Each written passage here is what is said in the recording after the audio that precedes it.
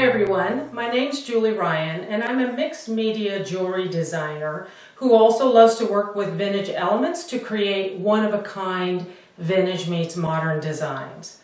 I'm so happy to be able to tell you about my Artful Gathering 2019 project, The Queen of Everything.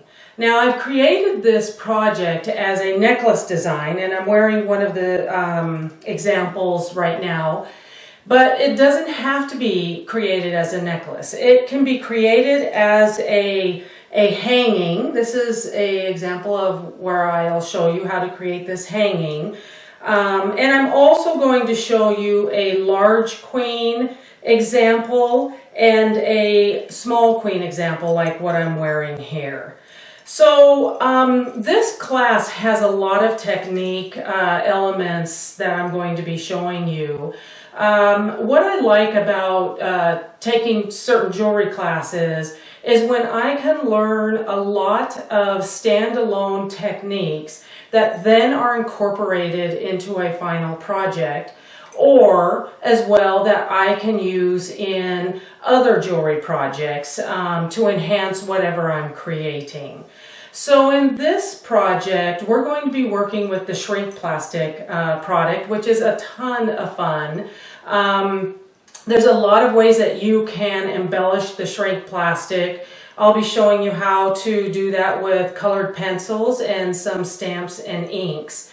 And the shapes that you create with the shrink plastic are really up to your creative possibilities. For this queen, we're going to create a little butterfly accent on the back, and then in the larger queen example, I'm using a heart shape. So your queen could be the Queen of Hearts as an example. The other things that I'm going to be showing you in this class are 3 tassel techniques. So we're using fibers in each of those tassels. And in a couple of the examples, I'll show you how to create these fun little hanging feet with some shrink plastic accents. I'm also going to show you how to do this wire weave or wire looping technique, which is a fun technique on its own as well.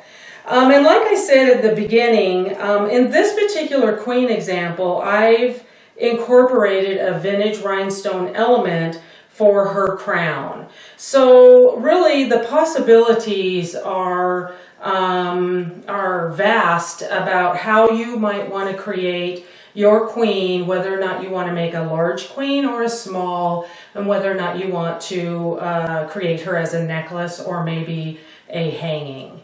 But I hope that you'll join me in this fun class that, we can explore some creative possibilities together, and we'll keep our eyes wide open and have a great time. So thank you, and I hope to see you soon.